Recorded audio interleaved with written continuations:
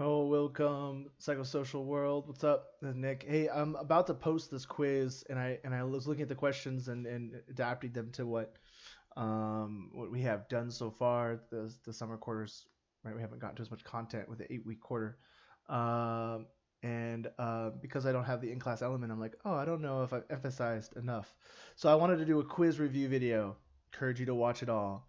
This will help a lot with your quiz if you catch my drift. And I'll at least tell you maybe what stuff to review if I don't overtly tell you the answers. But I want to talk a little bit about what we've talked about so far. So kind of a test review of the entire quarter.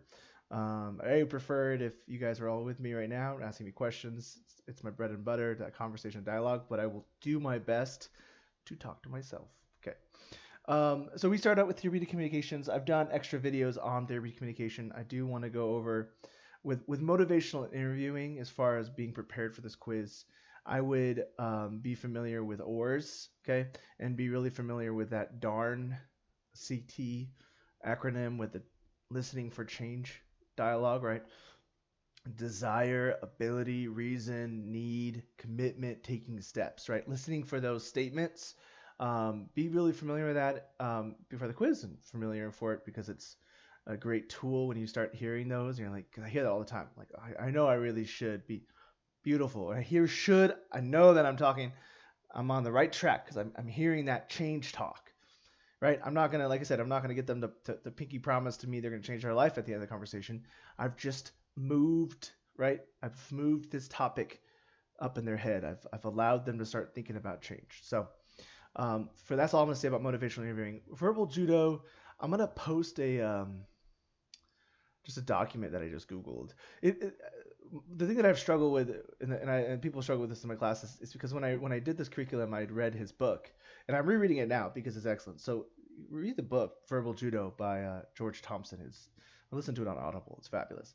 And then but because I can't assign, I'm not going to assign another book for you guys to buy. I found the YouTube videos are free, but I didn't like the YouTube videos don't have as much stuff in the book, and I think I didn't keep very good track of what was in the book and what wasn't in the YouTube videos. And so sometimes the questions either aren't covered in the YouTube video or it's hard to sort of remember all of the stuff that he remembers. And so I'm going to post this thing that I just Googled, this document, this summarizing stuff, and it'll be helpful. I want to go over a couple things though.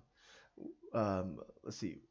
The big thing that Dr. Thompson talks about is empathy, and empathy is, I mean, like if you can have an empathetic response, you're gonna eliminate 95% of the people who are gonna be hostile to you. You just are. You're gonna cut tension like that. It's done.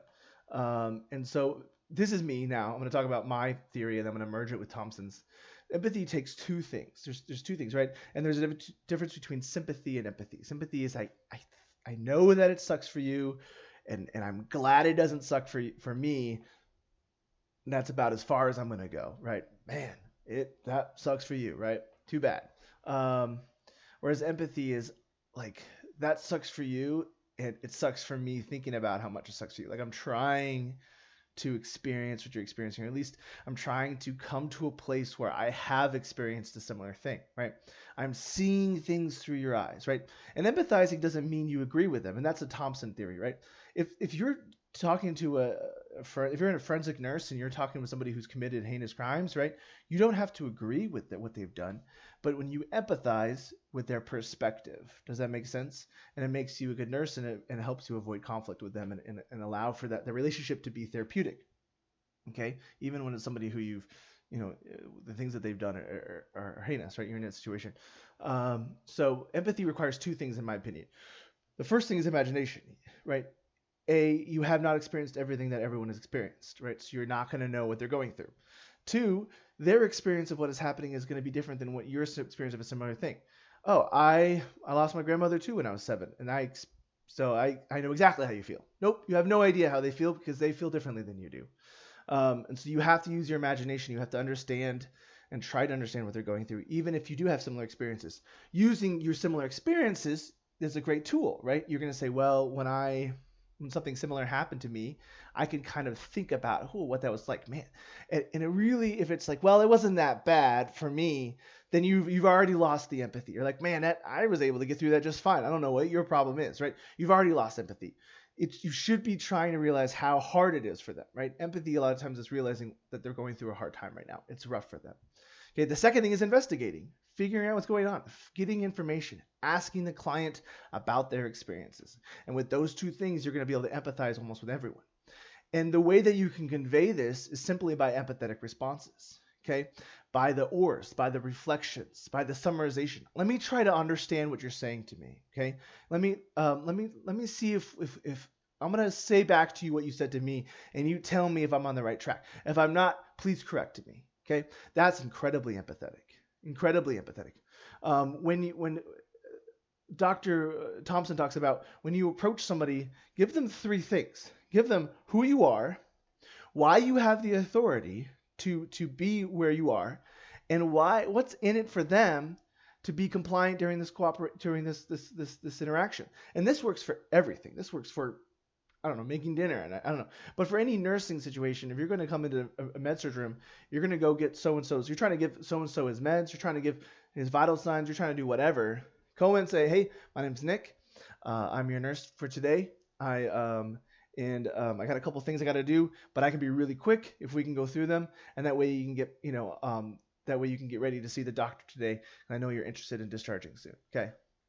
So I'm telling him why he is interested in complying with what I'm doing, even if I'm not anticipating he's going to be resistant, right? By doing this every single time you interact with somebody, you're going to avoid 90% of the people who are resisting, right?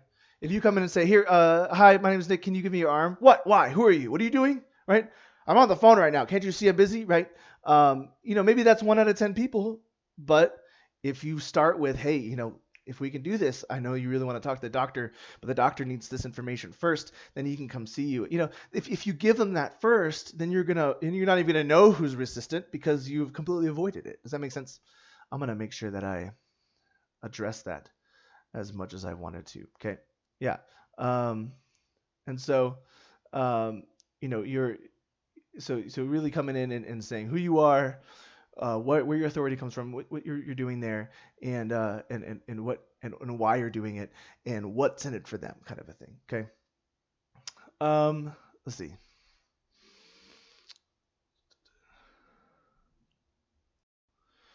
And I really think that the key to all of this is those reflections, right?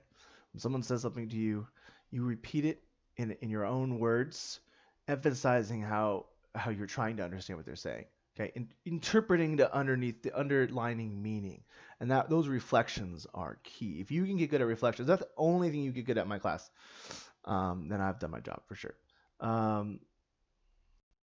So a couple of tools I want to go over with verbal judo is the one thing he talks about is strip phrases that he talks about in the video. I really like those where he says appreciate instead of appreciate, so he doesn't feel like he's being dishonest or whatever because he doesn't appreciate, right?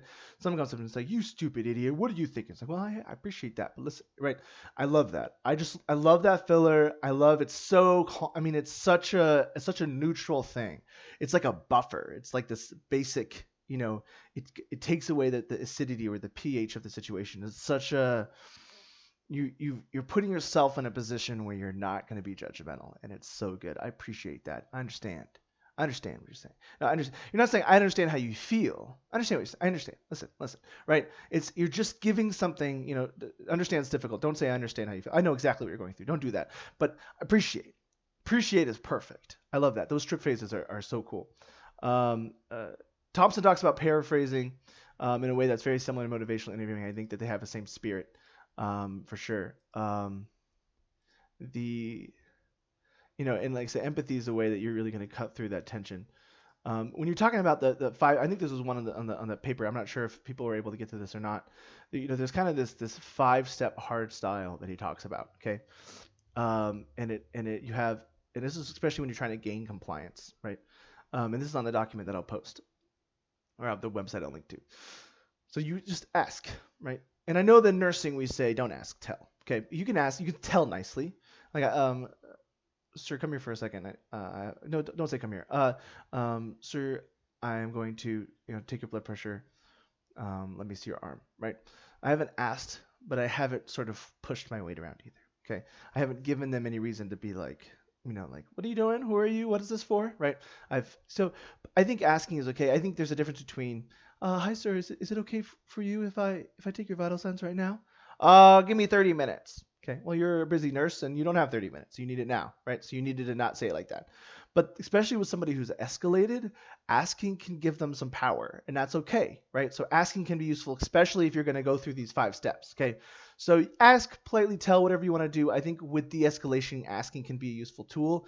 I think with day-to-day nursing stuff, asking you're just gonna have to sort of come back later and say, actually, sir, I need to do it right now. I didn't, it wasn't really a request. Um, so ask, set the context, tell them why. Do that before anything. Don't make them ask you why, right? But Dr. Thompson embraces the why. He says he gets excited when he hears someone say why, because now he gets to explain exactly why, right? And a lot of times I hear people say things like because, or because I said so, or those are the rules. All that's useless. That's garbage. If you say stuff like that, you're looking to get in a fight. Sure, sometimes that works, but like I said, that works on the people that are easy. The hard people, it's not going to work for. And so tell them why. And if you don't have a good reason, this is something that I learned very early. If I don't have a good reason to say no, I'm saying yes. I don't care who it pisses off, right? Staff comes to me all the time angry at what I did. Hey, man, I didn't have a good reason to say no, so I said yes. Okay, I'm not going to say no because staff doesn't wants me to say no. Staff comes up to me and says, "Hey, this person's asking for this, and we don't do that here." I was like, "Why not?" I'm like, "Well, we just don't do that here." I was like, "That's not a good reason. I'm going to go ahead and do it." Right? I made friends. I wasn't that bad, but I would piss off staff. I had to make an early decision early on in my career. Am I going to make the patients mad or am I going to make the staff mad? I started off trying to make the staff happy, and it wasn't the right way to go. And so if you have to make one person mad, make the staff mad. That's not a hard, fast rule. I digress. Where am I talking about? Set the context, okay? Present options, right? And the key there is what's in it for them, right? We talked about this already. This is the important part of the 5-step. Why are they going to benefit? Not why. And you can say stuff like, hey, man, you'd be doing me a huge favor, right? That works because you're putting yourself second here. You're not saying I have the authority to do what I say. You're saying, hey, man, this is a deal. Like, if you can listen to me, if we can do what you're doing, we can get through this intake really quickly. Like, I know you're busy. I'm busy. I got all this stuff I got to try to do. If we can get through this fast, it's going to do me a huge favor. And I know you're hoping to talk to the doctor. And if he gets this in, he's going to be able to come here sooner than later. And so I'm really hoping we can get through this fast. Okay. And then the fourth one is confirm. Okay. If they're really just not going to do what you need them to do, the second to last step, and sometimes this is the last step, is to confirm that there's nothing you can do to get them to comply. Is there anything I can do that you'll cooperate? Is there anything I can do to go through these steps here for you? Anything that I can do? A lot of times they want something, man. They're not doing it because they're just not wanting to do it. Sometimes it's the case, but usually there is something that they want. And a lot of times you can get it for them. And if it's petty, like a juice or a coffee, just give them the juice or coffee. I don't care what staff Y says. Coffee is for 10 o'clock and it's 11:30. Well, if it's the difference between them taking their meds and not taking their meds, you're damn right I'm going to give them coffee. I don't care what time it is. Okay. A lot of times you can get it for them, or you can appeal to, listen, I'm sorry, man, I can't discharge you right now. It's not in my authority, but I can help you out while you're here. I can make you more comfortable here. Something that you enjoy doing. Is there something that you like? Okay. Oh, I really like watching race cars, and it's on right now. It's channel 6. You got it, sir. Let's see if we can put some race cars on. And I know that that's not ideal, but I really appreciate you, cooperating with me. I really appreciate that. Praise this. If they're gonna cooperate with you, praise the hell out of it. I super appreciate it. I know this is really hard for you, and you're working really hard, and you're doing an excellent job. So if there's anything else you need, let me know. Okay. Confirming that they're not going to cooperate. Okay. If they say there is nothing you could do to get me to change my mind, there is absolutely nothing. Okay. You've already confirmed that with them. You have one of two things. One of them is you're done. Okay. Don't keep nagging them. That's it. He said no the final time. Is there anything else I can do? And if there's nothing else you can do, right, then you're done. Second thing is act. Okay. And if someone's being violent, if somebody has knife on them and you're trying to get, whatever they have drug paraphernalia on them and you have to get it back for them and you have security there, whatever, and you can act and you can get physical with this person, you can restrain them. Okay. This is where that comes in. Confirm. Is there anything that I can do to get that knife from you, sir? I know that you don't feel safe here. I know that you feel like someone's going to hurt you. I will do my best in my ability to keep you safe. I'm going to be here till 7 o'clock tonight. I will check on you every half hour. I will do everything I can to keep you safe. I don't let anybody come in here that's going to hurt my patients. So if there's anything I can do to get that knife from you, that way we can all go back to our jobs. We can help our clients. That way you can go back to your room and watch the shows you want to watch. What can I do to help you be more comfortable? If they say, if he keeps on saying, that's the last step, then you act, right? Don't say, okay, sir, now we're going to get physical with you. He's going to start stabbing you guys, right? If he says, no, fuck you, I'm going to keep my knife, then that's the moment you initiate the restraint. Security's there. They take hands on. If at some in the setting I was at, there was no security, we would do hands on putting restraints, right? It's really important. I see this all the time. They would warn the people to say, if you don't do this right now, this is the last time I'm going to say it, we will have to put you in restraints. They're like, what do? They square up. Okay, put me in restraints. Then everyone gets hurt. Okay, so this is I really haven't seen this used. I think this is fabulous. I don't know if police use it. It seems like in the videos I watched, they don't use this either, even though this is part of the training. Confirm they're not going to be compliant. If they say fuck you, hands on. Okay, that's the act. If you do not have the authority to act, if you cannot do that, then you're done. Confirm is the last thing you do. Does that make sense? Ask, set context, present options, confirm, act. That's your 5-step hard style. Okay. So this article also talks about leaps, which I think is really great. I'm going to talk about it just really briefly. Listening is key here, right? Asking open-ended questions, listen, empathize, ask, paraphrase, and summarize. If you want to get more deeper, I'm going to let you get into it. Like I said, empathy is a key here. Appealing to them, that's really going to decrease. Avoid the tension, if not cut it. Okay. All right, with culture, we have the book assignments. Again, remember with the assignments on is it Pearson, I believe? Yeah, I believe it's Pearson. You have 4 assignments. You do not have 20 assignments. You have 4 assignments. So everything that has a due date, I would like you to do the quiz. It's just each one's a quiz from the reading, whatever, right? I would do the cultural quiz before I would do this quiz. I would do that assignment before you do this one. Okay. For whatever reason. I know it's due after this one. This is going to be due first, and so I guess you don't have to. If you really just absolutely have to prioritize, and you're like, look, I cannot do this till the day before. Like that's the time I have scheduled to do it. That's fine, but you will do better on this quiz if you've done that quiz. Okay. Just a heads up. I have 2 articles on culture. The Campos and Kim article, which talks about relational,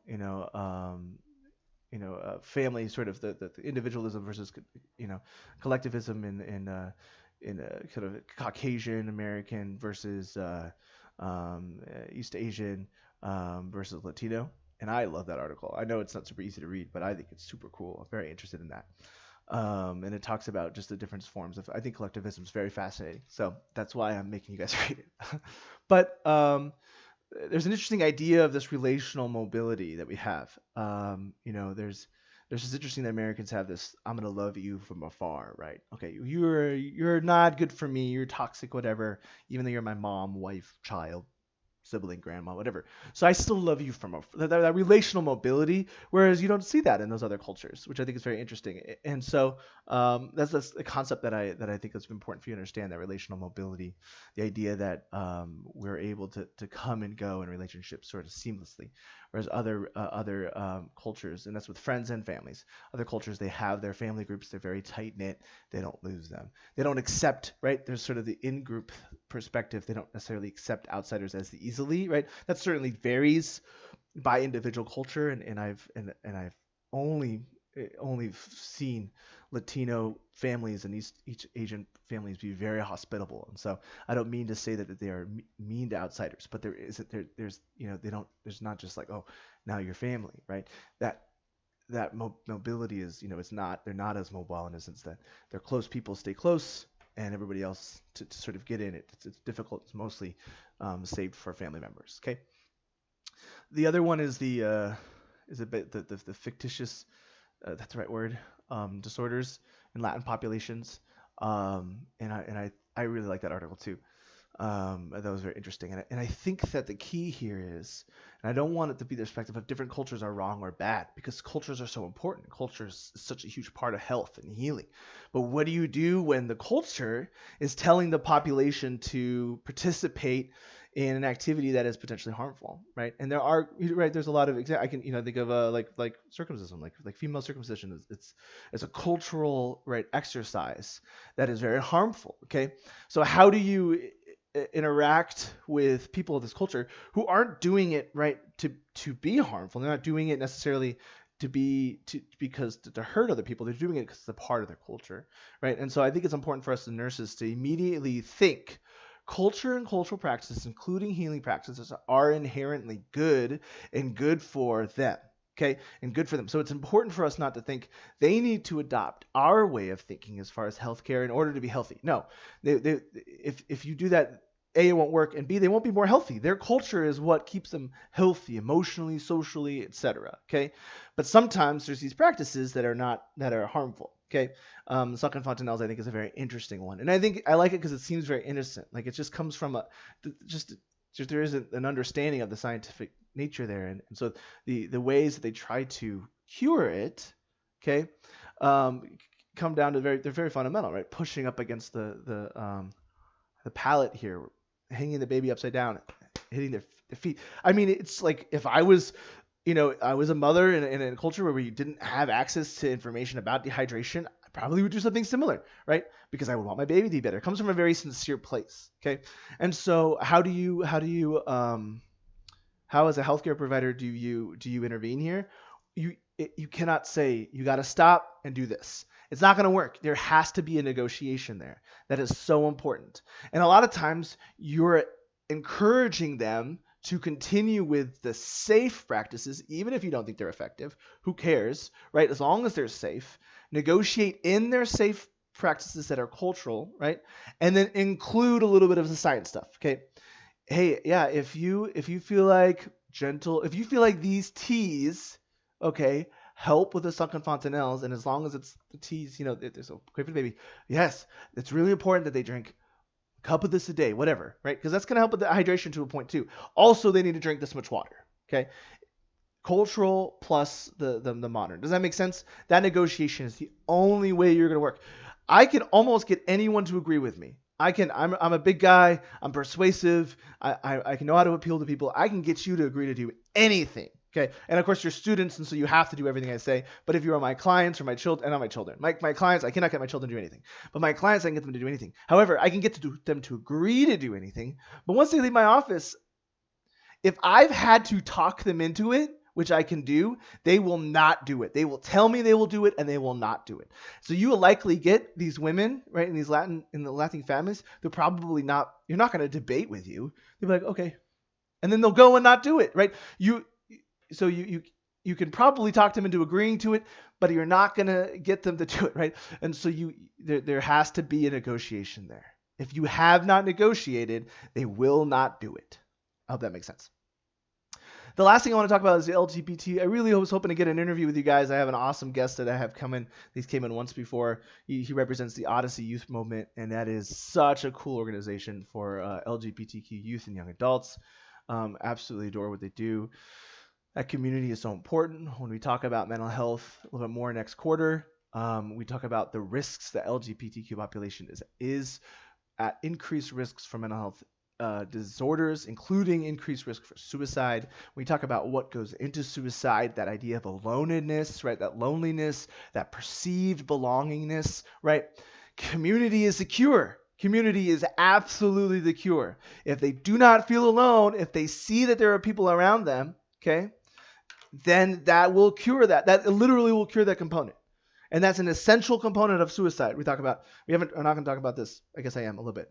The thwarted belongingness, right? The fact that they are all alone is an ingredient. It's an essential ingredient to suicide. If you can take that away, then you are literally curing suicide. Okay. So the fact to have an organization that creates a culture and a community for LGBTQ community is fabulous. And so I was hoping to have him here, and he has this great talk, and he talks about the genderbread man, which I will talk about here just because there's quiz questions kind of on it, even though I know the assignment was to go onto the website and do a training. If you did the fundamental training, you likely will have this information. If you did something cool but maybe obscure, like AIDS or something like that, in LGBT community, great. I'm sure that you learned some awesome stuff, but I will go over this for you so you can get these questions right. But the idea of genderbread man is the idea that let me see if I pull it up. You can just Google genderbread man. Maybe I'll send a link here. But the idea that you have gender and sexual, right? You have the identity, right? That's how you see yourself and how you feel. Okay. If it's a boy or girl or something else. Okay.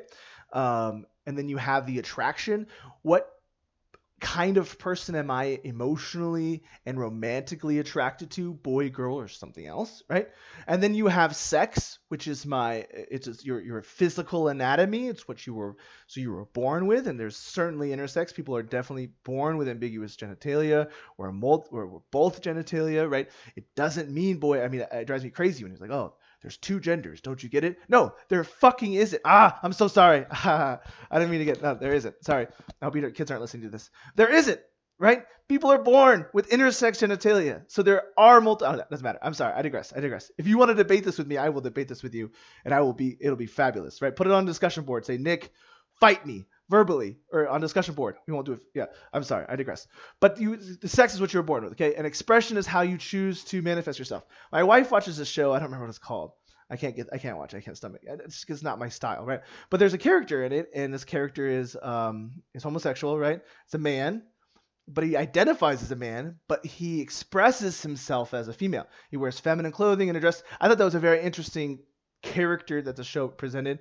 I'm not LGBTQ myself, so I can't feel like I feel like it's a really great representation. I think that's interesting.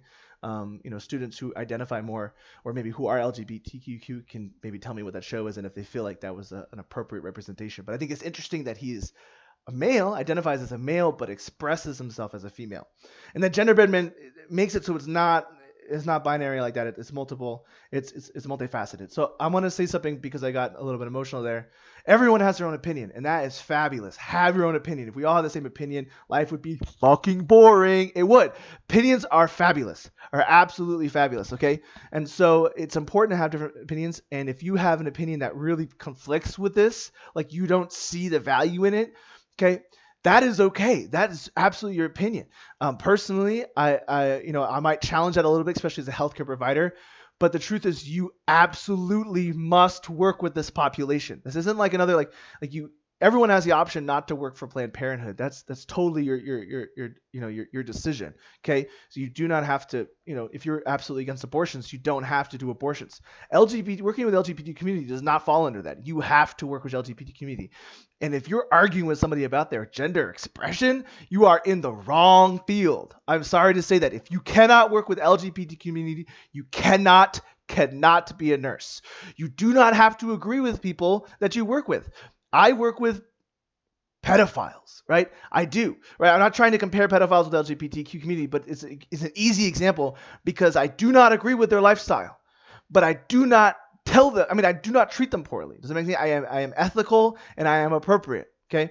Maybe I don't sit down with them and bullshit about the weather or sports teams. Maybe I don't get social with them like I would maybe with other patients, right? To build that rapport. That may not be something that I'm able to do or stomach, but I do not treat them differently. Does that make sense? Okay. I'm sorry, I didn't mean to make that comparison, but what I'm trying to say is if you completely disagree ethically with someone's lifestyle and decisions, your role as a nurse is not to communicate that to them.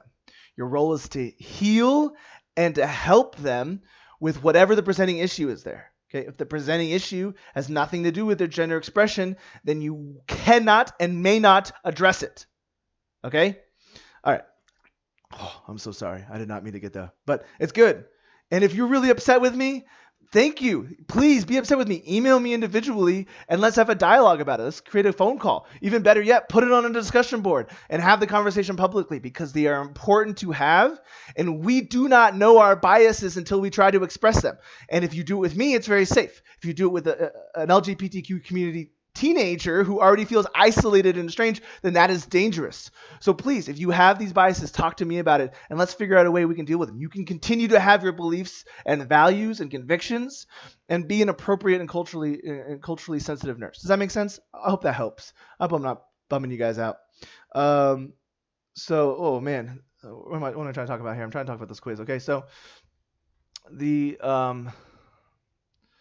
it's sexual orientation is about your desire, your identity, and your behavior.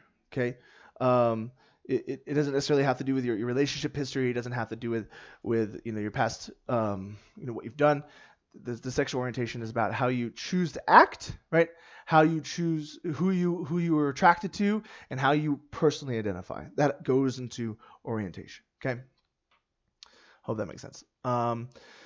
For people, this is an interesting term. Cisgender, it just means you identify with the gender that you were born with. Your sex, your sexual organs, and is consistent with your gender identity. Right? Cisgender men means I was born with male anatomy, and I continue to identify as a man. That's what cisgender means. I think that that's it. That's all I have. That was 30 minutes. I was hoping to do less than that, but that's not. This is less than a lecture. Hit me up if you have any questions. If I was too much on the LGBT community stuff, either way, maybe I said something that was insensitive, as a cisgender man, who's heterosexual. I try to empathize, but I do not have that personal experience, and so if I even went the opposite way, where I was offensive in the other way, this is something that I like to I like to have somebody from the LGBT community communicate this to you guys, because I feel like they have better perspective. I really agree that there's something called microaggressions that might come out, right? We all have biases. And so if I have done something, if I said something, Nick, you said that wrong, correct me, right? I even have I'm working with a therapist, and we work with a couple clients that are transgender together. And I remember one time my email, I blew the pronouns. I fucked him up so bad. And I was like, oh, I'm so sorry. And he's like, hey, it happens. We all do it, right? But I want to be called out on it, because I do want to change. I do want to be consistent. So either way, if you didn't like the way I said something, if you really want clarification, hit me up. Let's talk about it. Let's dialogue it. Maybe tell me, or maybe put it on the discussion board and tell me you did, so I can come and interact with it. I mean, I will, straight up. If you're like, Nick said this and I struggle with that, I wish he didn't, or I wish he said this, put it on the discussion board if you're up for it. Tell me you did, so I can come and respond. I'm not gonna shame you. I'm going to be like, thank you for expressing yourself, because chances are there's other students who identify with what you say and are struggling with this. So here's what I encourage you to do, okay? I'm only going to be encouraging. I'm only going to say encouraging things. Feel free to say it. If I see any students disparaging each other and shaming each other for that stuff, I will delete that shit quick, right? I will be Facebook moderator, all up on that. And so if you see anybody doing that on these forums, hit me up. Let me know, hey, this comment, I'm just going to go and delete it. I don't need that hate language. We're here to support each other. We all have our different opinions, which is beautiful. And let's express them well, and at the same time, take care of people in their lifestyles. Okay? All right. That's all I have. Peace out.